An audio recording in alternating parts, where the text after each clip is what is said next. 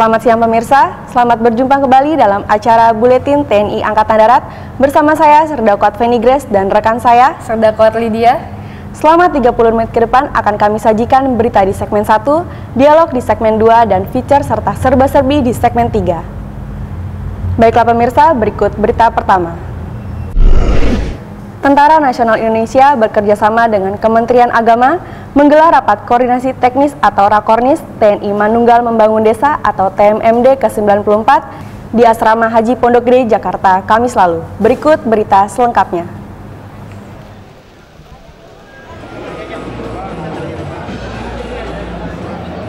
Program TNI Manunggal Membangun Desa atau TMMD yang semula dikenal masyarakat dengan program AMD atau ABRI Masuk Desa merupakan program untuk membangun sarana dan prasarana infrastruktur di sebagian besar wilayah Indonesia yang merupakan daerah pedesaan, daerah tertinggal, terpencil, dan terisolir. Program TMMD ini sangat bermanfaat bagi masyarakat untuk mempercepat peningkatan kesejahteraan rakyat. Kepala Staf Angkatan Darat selaku penanggung jawab operasional TMMD, Jenderal TNI Gatot Nurmantio dalam amanatnya yang dibacakan oleh Wakil Kepala Staf Angkatan Darat, Letnan Jenderal TNI M. Munir, mengatakan program TMMD dilaksanakan untuk meningkatkan kesejahteraan rakyat sekaligus sebagai wahana untuk meningkatkan kemanunggalan TNI rakyat dalam rangka memperkokoh persatuan dan kesatuan nasional melalui kegiatan yang terintegrasi dengan seluruh elemen masyarakat secara berkesinambungan. Kegiatan TMMD ke-94 ini dilaksanakan pada 237 sasaran yang tersebar merata di 13 kodam pada 61 kabupaten atau kota, 66 kecamatan, dan 90 desa di seluruh Indonesia dengan melibatkan personel TNI sebanyak 9.150 orang. 1, 2, 3. Berita selanjutnya, Kepala Staf Angkatan Darat Jenderal TNI Gatot Nurmantio berolahraga bersama prajurit Kopassus di Markas Kopassus Cijantung, Jakarta, Rabu lalu. Olahraga merupakan bagian tak terpisahkan dari kehidupan militer, di mana para prajurit dituntut untuk memiliki fisik yang prima agar dapat menjalankan tugasnya sebagai benteng negara dengan baik. Kasat selain sebagai teladan dan memberi semangat pada bawahan, juga sebagai ajang bertatap muka dan berinteraksi langsung dengan para prajurit, khususnya prajurit Kopassus. Kasat mengatakan, olahraga bersama dalam rangka melepas rindu seperti ayah dan anak, pemimpin dan bawahan, karena pemimpin itu harus dekat dengan bawahan. Untuk itulah pimpinan TNI Angkatan Darat secara rutin menggelar acara olahraga bersama dengan prajurit-prajurit di satuan jajaran TNI AD untuk menjaga kekompakan sesama prajurit. Kegiatan yang dimulai sejak pukul 5.30 waktu Indonesia Barat ini juga dihadiri oleh pejabat-pejabat tinggi dari jajaran TNI Angkatan Darat. Dengan penuh semangat, para pejabat ini melaksanakan senam bersama ribuan personil dari grup 1, 2, 3 Pusdikpassus, Gultor 81, dan Denma Kopassus, dilanjutkan dengan lari mengelilingi Makopassus.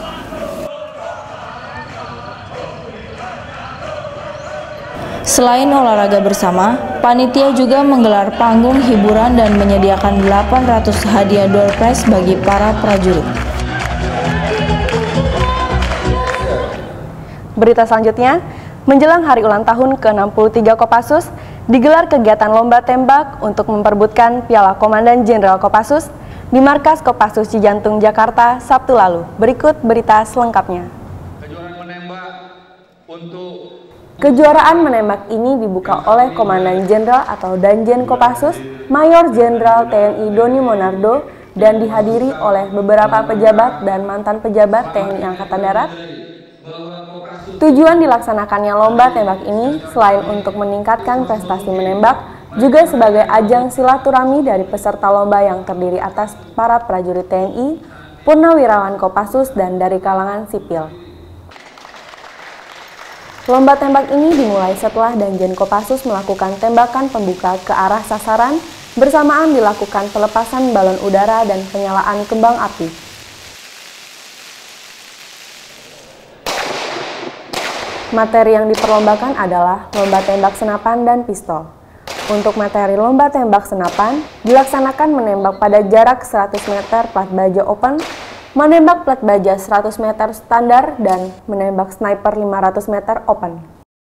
Sedangkan untuk materi lomba tembak pistol, dilaksanakan materi menembak eksekutif untuk para perwira tinggi dan purnawirawan, para pemimpin redaksi, wartawan, dan materi menembak pistol open. Lomba tembak pistol ini diikuti sekitar 280 petembak dan lomba tembak senapan diikuti sekitar 139 petembak yang terdiri dari satuan TNI, Polri, dan dari kalangan sipil serta Perbakin. Dalam rangka memperingati Hari Kartini, 21 April 2015, ratusan prajurit wanita TNI melaksanakan donor darah di Markas Besar Angkatan Darat, Jakarta, Senin lalu. Berikut berita selengkapnya.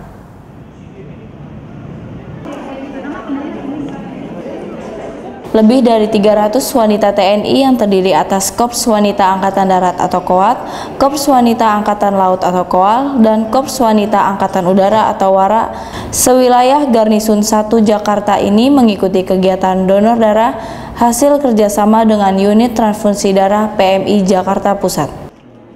Ketua Panitia, Kolonel CKM KOAT Maris Magdalena mengatakan banyaknya jumlah wanita TNI yang secara sukarela menyumbangkan darahnya menunjukkan kesadaran yang cukup tinggi dari para wanita TNI manfaat kesehatan mendonorkan darah. Yang terpenting, hal ini menunjukkan kepedulian para prajurit wanita TNI dalam membantu sesama. Selain donor darah, beberapa kegiatan yang terangkum dalam rangkaian kegiatan peringatan Hari Kartini oleh wanita TNI diantaranya yaitu ziarah ke Taman Makam Pahlawan atau TMP Kalibata, bakti sosial untuk para veteran Perang Seroja, dan sebagai puncaknya, acara syukuran yang rencananya akan digelar pada tanggal 21 April 2015 mendatang dengan Inspektur Upacara Panglima TNI Jenderal TNI Muldoko.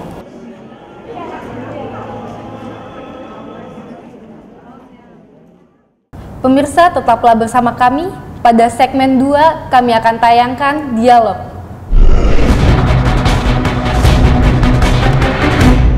Warta Antara, program berita produksi Antara yang mengupas peristiwa terbaru dari seluruh wilayah Indonesia, disiarkan bekerja sama dengan jaringan televisi lokal seluruh Indonesia.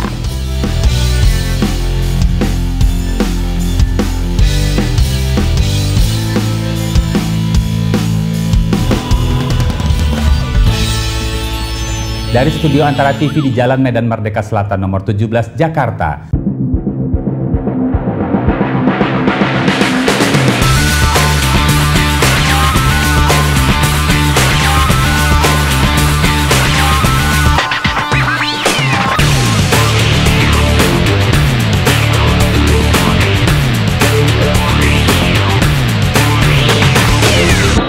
Silakan dengan laporan Anda.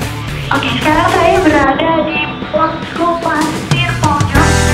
Warta Antara Malam mengupas peristiwa nasional dan internasional yang akurat, lengkap, dan bermanfaat.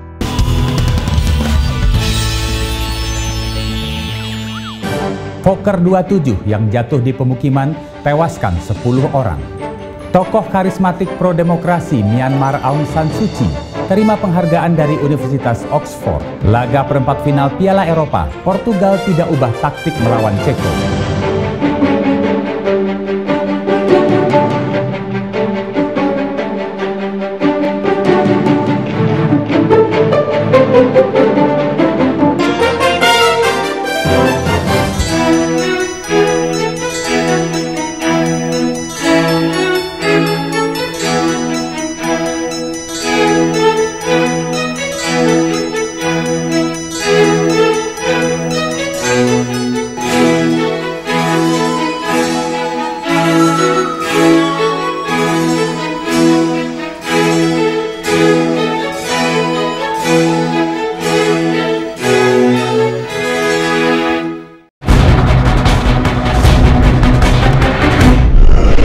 Pemirsa, Persatuan Istri Prajurit Kartika Chandra Kirana, disingkat Persit Kartika Chandra Kirana merupakan wadah organisasi istri anggota TNI Angkatan Darat. Pada tanggal 3 April lalu, Persit Kartika Chandra Kirana memperingati hari ulang tahunnya yang ke-69. Untuk mengetahui lebih jauh tentang Persit Kartika Chandra Kirana, kami akan berbincang-bincang dengan Ketua Umum Persit Kartika Chandra Kirana, Ibu Neni Gatot Nurmantio yang didampingi pengurus pusat Persit Kartika Chandra Kirana. Selamat siang Ibu Neni Gatot Nurmantio. Selamat siang. Selamat siang Ibu-Ibu. Kami dari tim Buletin TNI Angkatan Darat belum terlambat untuk mengucapkan selamat ulang tahun Persit Kartika Chandra Kirana. Terima kasih. Langsung saja ke pertanyaan pertama, Bu.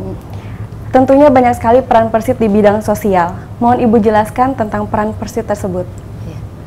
Organisasi Persit Kartika Chandra Kirana terbentuk atas rasa jiwa sosial yang tinggi yang saat itu untuk membantu prajurit TNI yang terluka dalam mengemban tugas negara, sehingga jiwa sosial ini sudah menjadi ruhnya setiap anggota Persit dimanapun berada. Oleh karena itulah semua kegiatan Persit dititik beratkan pada kegiatan sosial. Kegiatan ini tidak saja dilaksanakan di dalam kesatrian atau asrama, tetapi juga di lingkungan masyarakat sekitar, di mana prajurit ditugaskan, bahkan sampai di perbatasan pun Persit memberikan dharma baktinya. Baik, Bu.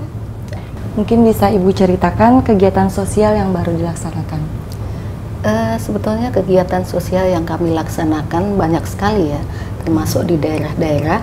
Untuk itu mungkin Ibu Wakil bisa menjelaskan. Salah satunya kami memberikan bantuan kepada yang korban bencana, lalu memberikan alat-alat kesehatan kepada rumah sakit tingkat 3 dan 4 yang ada di bawah Angkatan Darat seluruh Indonesia. Berarti bukan hanya di Jakarta aja, Bu? Tidak. Ya. Mungkin yang lain bisa menambahkan. Mungkin mengadakan lomba Puskab tingkat PDP GPS yang ada di seluruh Indonesia. Baru-baru ini juga loh, Ibu Ketua Umum memberikan bantuan sosial di Solo, di daerah Menjing. Di sana ada korban tanah longsor, kemudian beliau berkenan untuk memberikan sendiri bantuan kepada masyarakat, juga pengobatan massal di sana, gratis. Baik, Bu.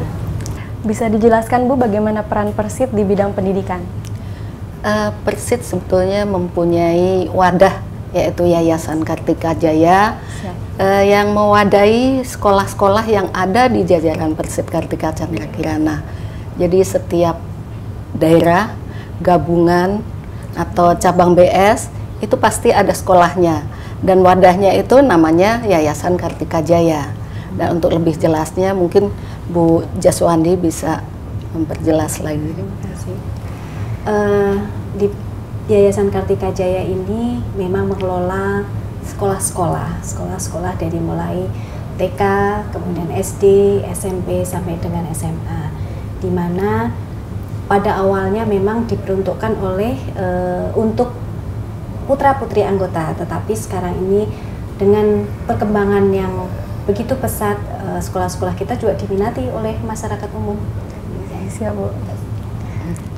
Dan jangan salah bahwa TK kita itu juga ada yang bagus, bukan hanya TK saja, SD, SMP, SMA, ada yang taraf nasional ya. Iya. Dengan kemajuan pendidikan yang ada di Persit Kartika Chandra Kirana, maka dalam rangka hari ulang tahun ke-69 kita juga mengadakan lomba TK dan tingkat PD, PJBS di seluruh Indonesia. Bagaimana Ibu peran Persit dalam keluarga? Tentunya bukan hanya peran Persit ya. Jadi itu masing-masing keluarga mempunyai peran untuk membentuk anggota keluarga yang harmonis tentunya. Ya, dan itu sangat diharapkan bagi kita semua bahwa anggota Persit di seluruh Indonesia dapat menjadi anggota yang harmonis, yang tentunya itu membutuhkan komunikasi yang dialogis, sehingga terjalin komunikasi yang baik antar anggota keluarga, dan semoga keluarga yang diharapkan itu dapat menjadi keluarga yang harmonis. Baik Ibu, apa harapan Ibu terhadap Persit ke depan? Persit Kartika Chandra Kirana sebagai organisasi wanita yang tidak dapat terlepas dari keberadaan TNI Angkatan Darat, ke depan diharapkan mampu menjadi organisasi yang tangguh dalam mendukung tugas pokok TNI Angkatan Darat dalam mengemban tugas bangsa dan negara, di mana tantangan Persit Kartika Chandra Kirana semakin kompleks dan tidak ringan. Untuk itu senantiasa mengikuti perkembangan lingkungan, terutama globalisasi dan kemajuan teknologi, dengan selalu menambah wawasan dan pengetahuan. Selain itu, dalam kehidupan bermasyarakat, Persit diharapkan menjadi pelopor dan contoh dalam berbagai hal seperti di bidang pendidikan, sosial, pembangunan nasional, kedisiplinan, kebersihan, dan lain-lain. Baik, tentunya ada pesan yang ingin Ibu sampaikan kepada seluruh anggota Persit. Silahkan, Bu. Pesan kami yang pertama, tingkatkan keimanan dan ketakwaan kepada Tuhan Yang Maha Esa agar mampu melaksanakan kewajiban sebagai istri prajurit, ibu bagi anak-anak dan anggota masyarakat dengan memahami peran masing-masing secara baik dan seimbang. Kedua, senantiasa memupuk rasa kebanggaan sebagai istri prajurit dengan meningkatkan keterampilan, menambah wawasan dan pengetahuan untuk mendidik anak-anak menjadi generasi penerus yang berkualitas. Terima kasih Bu atas bincang-bincangnya pada siang hari ini. Semoga Persit selalu sukses. Amin. Keberadaan organisasi Persit Kartika Chandra Kirana sangat membantu Kepala Staf Angkatan Darat dalam membina istri prajurit dan keluarganya, khususnya dalam bidang mental, fisik, kesejahteraan, dan moral, sehingga membentuk keberhasilan tugas prajurit TNI Angkatan Darat. Demikian segmen dialog kali ini, tetaplah di Buletin TNI Angkatan Darat. Pada segmen 3 akan kami tayangkan feature dan serba-serbi.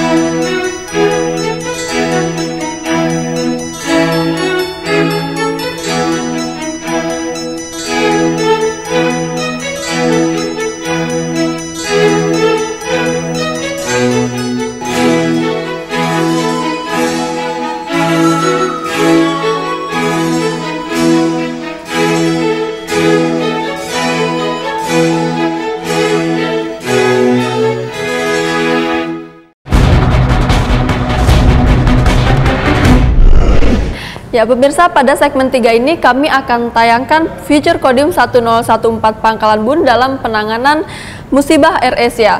Berita selanjutnya ada serba-serbi Korem Makutarama, panen raya jagung, dan penyerahan kapal motor cepat komando dari Direktorat Pembekalan dan Angkutan Angkatan Darat kepada Kodam Iskandar Muda. Ya pemirsa, berikut tayangan selengkapnya tentang feature Kodim 1014 Pangkalan Bun dalam penanganan musibah AirAsia. Kodim 1014 Pangkalan Bun merupakan komando pembinaan dan operasional kewilayahan TNI Angkatan Darat di bawah Korem 102 Panju Panjung, Kodam 12 Tanjung Pura. Kodim 1014 Pangkalan Bun mempunyai wilayah binaan yang cukup luas, meliputi 3 kabupaten, yakni Kabupaten Kota Waringin Barat, Lamandau, dan Sukamara. Kehadiran Kodim 1014 Pangkalan Bun dengan seluruh jajarannya mempunyai potensi untuk mempelopori dan membimbing masyarakat untuk turut berperan aktif dalam program pembangunan pemerintah daerah, termasuk ikut memecahkan permasalahan yang ada di masyarakat. Salah satu peran Kodim 1014 Pangkalan Bun yang sangat menonjol adalah keterlibatan prajurit dalam penanganan musibah pesawat AirAsia KZ8501 beberapa waktu lalu. Segala usaha dan upaya dikerahkan Kodim 1014 Pangkalambun dengan menerjunkan hampir seluruh prajuritnya untuk ikut bergabung dengan tim SAR, penyelam TNI Angkatan Laut, serta dibantu masyarakat setempat, bahu-membahu siang dan malam untuk menemukan lokasi jatuhnya pesawat Air Asia.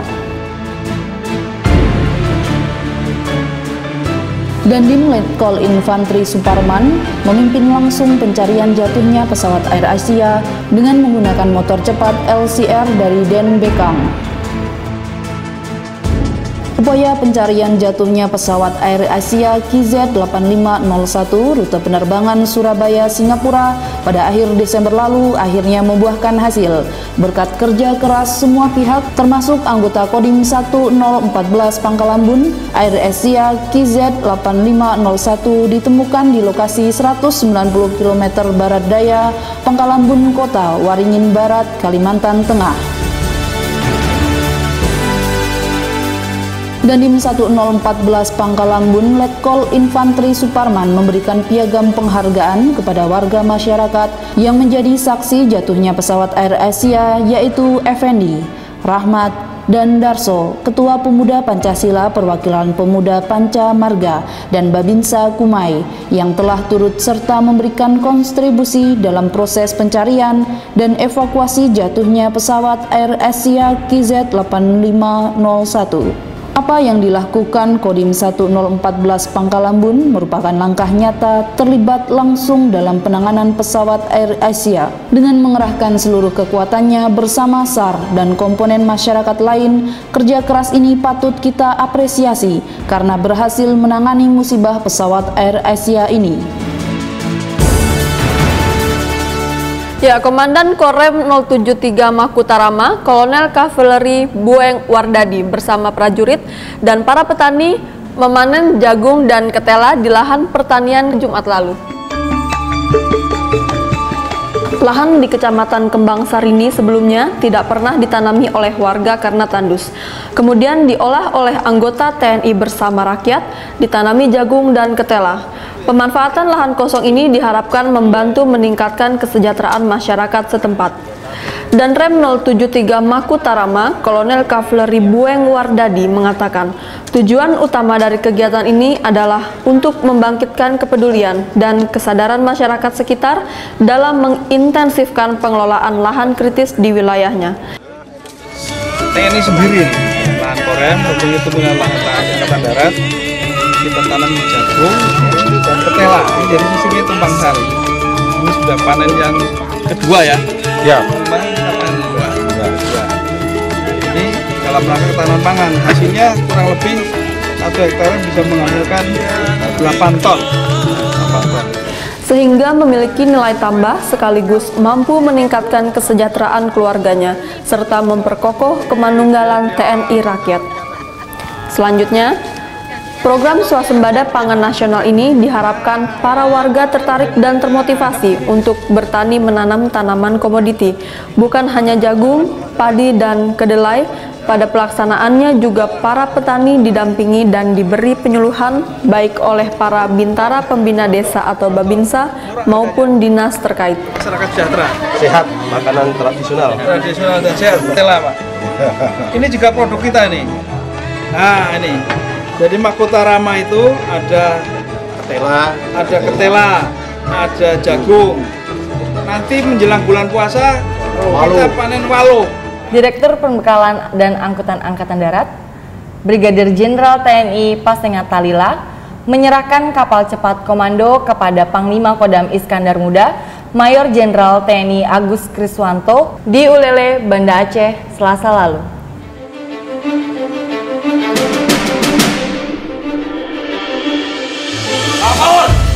Acara penyerahan dan peresmian KMC Komando Pangdam Iskandar Muda Majen TNI Agus Kriswanto mengatakan, kapal cepat komando ini merupakan yang terbaru dan tercanggih yang dimiliki Kodam Iskandar Muda.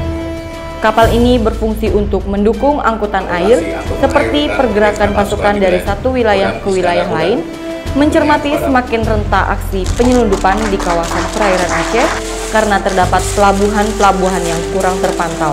perlu suatu alat transportasi yang cepat agar dapat pengawasan setiap saat, kapal motor cepat komando ini merupakan salah satu solusi untuk melaksanakan pengawasan dan penjagaan serta mencegah kriminalitas di perairan Aceh.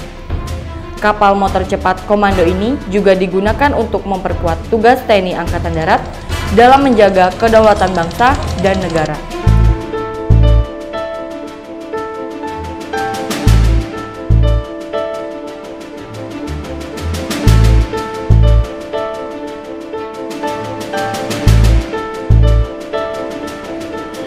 Kapal motor cepat komando dengan panjang 17,60 meter, lebar struktur 4,20 meter, dan tinggi 2,15 meter tersebut mampu menempuh jarak sejauh 250 nautical miles dengan kecepatan maksimal 25 knot.